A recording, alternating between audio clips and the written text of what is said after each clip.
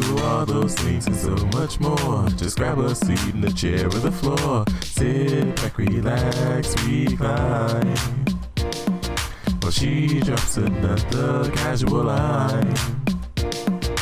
You're tuned into Casually Molly with Molly and Bergie. All right, everybody. Welcome back to the Casually Molly podcast. I am your host, Molly Ambergy, based here in St. Louis, Missouri. We love to interview different comedians, artists, entertainers, you name it. And specifically, we also love interviewing people who are coming to our city to perform. You better look out for this guy. He is going to be here Friday, January 13th and Saturday, January 14th. You better hop on it. Go to Helium Comedy St. Louis website because both 8 p.m. shows have sold out. So you got to hit up those tickets for the 10:30 show. So please give it up for our guest, Alingon, Mitra, everybody. Yes. Hello. Hi. Hey, thanks for having me. Of course. Thank you. I appreciate you making the time for people listening in. We actually just talked about you just getting off of a plane. So you landed here in St. Louis now. How do you feel? Yeah, a little drained, but I should be good for the shows. Well, that's all right. You know, we appreciate the hustle, obviously. Like I mentioned, you're going to be here at the Helium Comedy Club St. Louis Garage, located at the Galleria this weekend. For people who are going to be attending your show, what kind of comedy would people expect? What would you describe your comedy as in your style for the shows for this weekend? I think it's a mix of kind of cultural stuff, political stuff, observational stuff. So anything I find funny, I generally talk about. It's a clean, at least my act is clean. So I think it's generally family friendly as well, even though it might like touch some lines that are a little edgier. But I feel like by and large, I try and do it so that it's comfortable for everybody. Absolutely. I was looking at your stuff on like TikTok and Instagram, and not just because you're sitting in front of me, you are very funny. You've got some really great material. I love the interactions too. You're very welcome that you have with the audience. They seem to really be into what you're doing, which is great. What made you, I mean, I guess this is a general question for a lot of podcasts, but what made you want to get into comedy? When did you maybe get that comedy bug per se? I was always watching stand-up. Like like when I was little, I would stay up late to watch like the people doing stand-up on like Leno and Letterman. And then when Comedy Central started showing those half hours, I would watch those. Like they were showing them all the time. So like I gobbled those up. So I was always just consuming stand-up a lot. I didn't know how people get into it, but I always knew that I loved like watching it. Yeah. Absolutely. And then you decided, which, you know, makes me lead into here. What I love about you have a lot of great credentials. One of them, that you were one of the only 100 comedians invited to perform on the remake of NBC's Last Comic Standing. What was it like to be part of that contest that really held such a hold when, I mean, I remember watching the original and seeing, you know, different comedians, and it really highlighted comedy as a whole and as a profession. You know, what was it like being invited to something like that and receiving such a positive feedback from the public? It was kind of ironic. I don't know. When I was growing up, I used to watch it as well. So it was like this big thing. My family would all like watch it, and we'd have our favorite comics. And then actually being on it was a little surreal. But I think I was also like so early into comedy, I didn't really recognize like how many people watch the show. Yeah. So I treated it pretty casually, which I think might have worked out ultimately because I wasn't like putting pressure on myself. I was just like, oh, this is very exciting and cool to be able to do it. But I didn't realize like how important or how much it spotlights the comedians. But it was really a nice experience to have under my belt so early on. Yeah, absolutely. You know, and then of course, we've had a few people who've been on Conan, who have been on this podcast, invited to stand up on Conan. What an honor. I feel like that's probably like a good checkoff point for a comedy career. What was it like being on Conan? Yeah, it was very similar. I think actually kind of like Last Comic Standing, where I know it's like a big thing for comics to get late night spots. And I was just very early into stand-up when I was starting to do late night spots. So I think it was just kind of an out-of-body experience when I was on the show. I didn't fully grasp or appreciate how much it means to a comedian to be able to do that while I was doing it. In retrospect, I mean, it's very nice to have it under the belt. And also, I feel like the material itself was, it's something that has like, I think, a big shelf life. So I was fortunate that I can like show those clips and people continue to like watch that set and be like, oh, I really like the jokes in that set. I was like, oh, it's nice to have something that kind of like lasts a little bit longer than just the night of the airing. Absolutely. No, I appreciate too that you are able to, you're going to be in an actual like comedy club tonight, but you also have great TV experience. For people who maybe aren't as familiar with comedy and the kind of like the open mics and things you first start with, and then the networking and growing into it, what is maybe the difference of performing in a club in front of a live audience versus being on TV on something like a soundstage like Conan in front of a live audience with cameras? Well, with the late night set or any kind of taping, by and large, it's pretty scripted. Like you're going to hit your points, and for a late night spot in particular, you're kind of limited in terms of your time, and you've worked with the booker, the talent booker, to get that set down. So you're not really moving away from it. With a live show, especially if I'm like headlining, I've got a bigger stage and a bigger time frame to work with, and so I can be looser, I can like interact with the crowd, and also I don't have to follow set points. I can kind of work material in, weave it in with crowd work, whatever is kind of like, if somebody says something in the crowd that leads me to a joke that I might have had or something that I was thinking about, it can happen, and it's very like in the moment. So I feel like the energy in the room is important, and you get to experience that at a live show. The taping itself, that I feel like you're playing for the TV audience, and that's a different it's a different way of performing than you would if you're trying to be a little bit more conversational and intimate in like a live show. Absolutely. No, thank you for sharing that. I know people usually ask about that too when they listen to our different episodes or watch them on YouTube. And, speaking of live shows, you were named one of the new faces of comedy at Montreal's Just for Laughs Comedy Festival, excuse me. Congratulations for that. What an honor. We all, as comedians, love talking about the JFL. Now, obviously, I feel like you can perform in front of a wide range. I see that you're traveling a lot. You're here in St. Louis with us in the Midwest. You probably perform in the Northeast as well. Traveling into Montreal, what was that scene like being there in Canada and being at an event that is so coveted to the comedy community? I mean, I feel a little bit like a broken record, and I feel bad that my answers are going to be around a similar thread here, but all of those things that came, like the Conan, Last Comic Standing, Montreal, happened, I think, pretty, as far as comedy careers go, it happened kind of early on for me. And as a result, I was so blind to what it meant. I was literally, like, I know there's like a lot of comedians who are kind of gunning to do JFL, Montreal, who live in New York City. I was living in Boston. I didn't know what both like a recognition and the prestige that comes along with being called the new face in the Montreal Festival. So when I got it, I was excited. However, I didn't think it was that big a deal because I had done some like TV stuff at that point, and I was like, oh, well, that's probably more important than a live festival. In retrospect, I think like people look at that as a big kind of like nod or stamp of approval of like, oh, your material is unique and strong.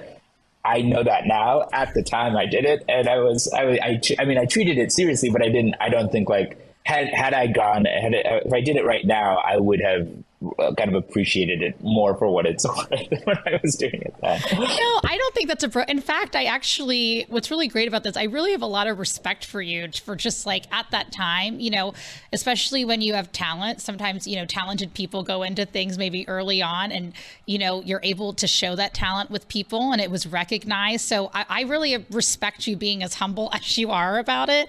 I feel like that's going to make you likable to an audience, which is great. And, speaking of Boston, you won both the Boston Comedy Festival and the Funniest Comic in New England contest in the same year. I'm sure that was that also early on too as well, or was that further on in your career? Yeah, I think Boston Comedy Festival was one of the first kind of tent poles within that string. So yeah, that was I think I did Boston Comedy Festival, and then I did some late night and TV stuff, and then Montreal, and then Last Comic Standing I think had recorded but not aired yet, and then it started airing. So I think those were kind of like, and then Conan came after that, and then Colbert came after that. I think that was, if I remember correctly, the history. But yeah, it was early on. Yeah. Okay. Well, see, there you go. I feel like that's great. It gave you like such a great foundation because now you're on the road, right? And you're doing a bunch of shows, and I've looked at all your tour dates coming up. Just make sure you check out all of his social media because he's got all these different cities he's going to. Being on the road, I love to ask comedians this question. Was there maybe a memorable story or experience you had while doing a show traveling? It could be positive and be negative that you would like to casually share on the podcast.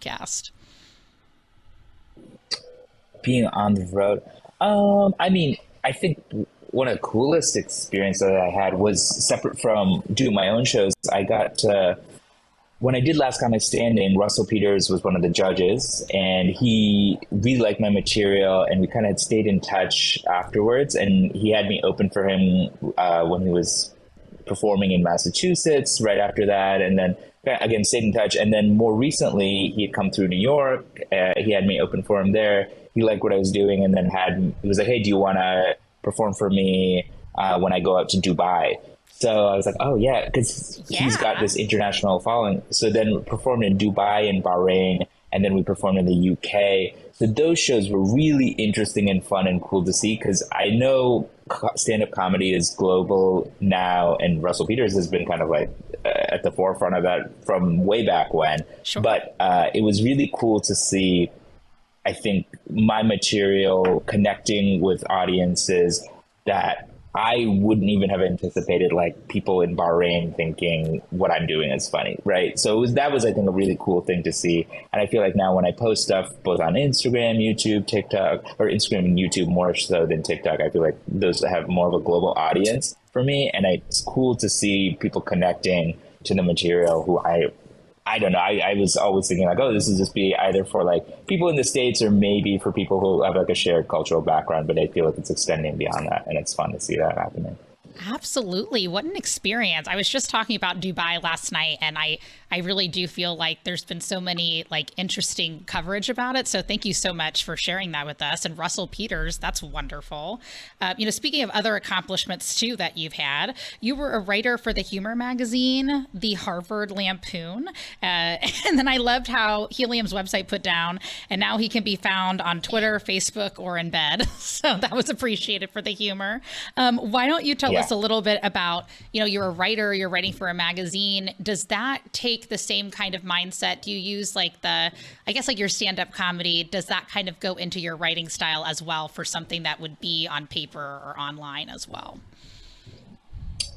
I think for the Harvard Lampoon, they have a very kind of specific style that when I was in college, I read it and then kind of recognized the style and was kind of maybe imitating that style. To get on staff, you basically have to like submit a series of pieces, and if the staff likes it, then you're like accepted.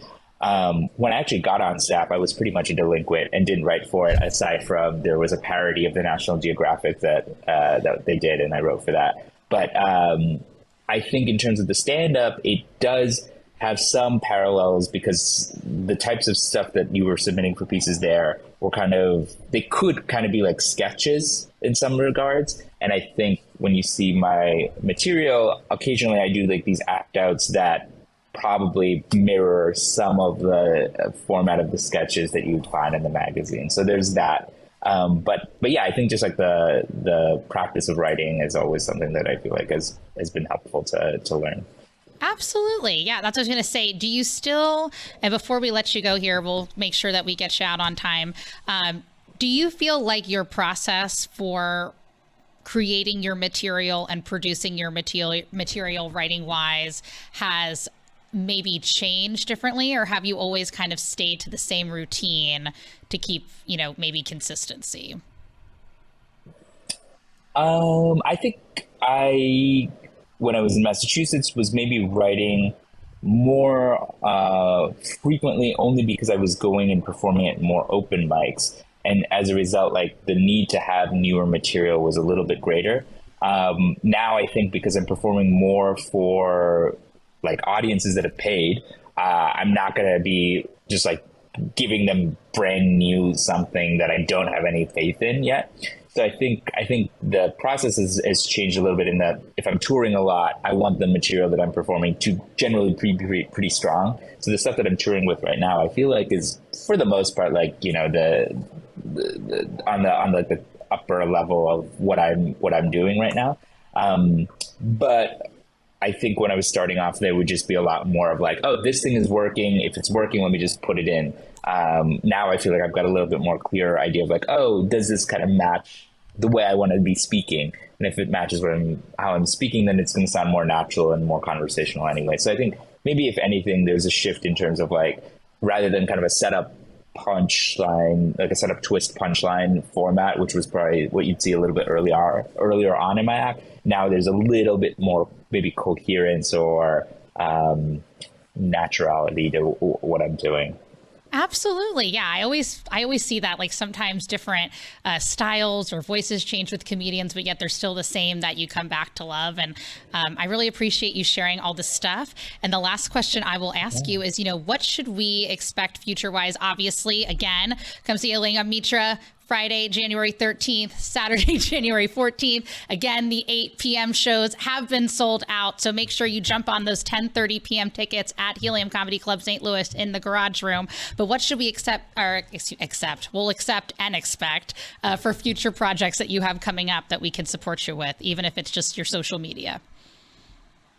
Yeah, well, yeah. I mean, obviously, if you're listening in the area and you're able to come to the shows, that'll be great. Especially those 10:30 shows. I feel like late night shows have a little bit more raw energy in the room, which I think can go either way. But it means it's going to be like an enjoyable experience. So if you're in the area and able to come out, even though it's a little bit of a later show, I think it'll be a fun show for both the Friday and the Saturday. In terms of things that projects that I'm working on, my YouTube channel at Alingon Mitra Comedy, I think has been growing, and the plan is to release something a little bit more long form through that. Right now, it's basically been the shorts that I've been releasing, which are like clips from my stand-up sets. But if I can release something a little bit longer, I think that'll be where my next step will be for YouTube. And then same deal with Instagram and TikTok. You could follow me at Alingon Mitra.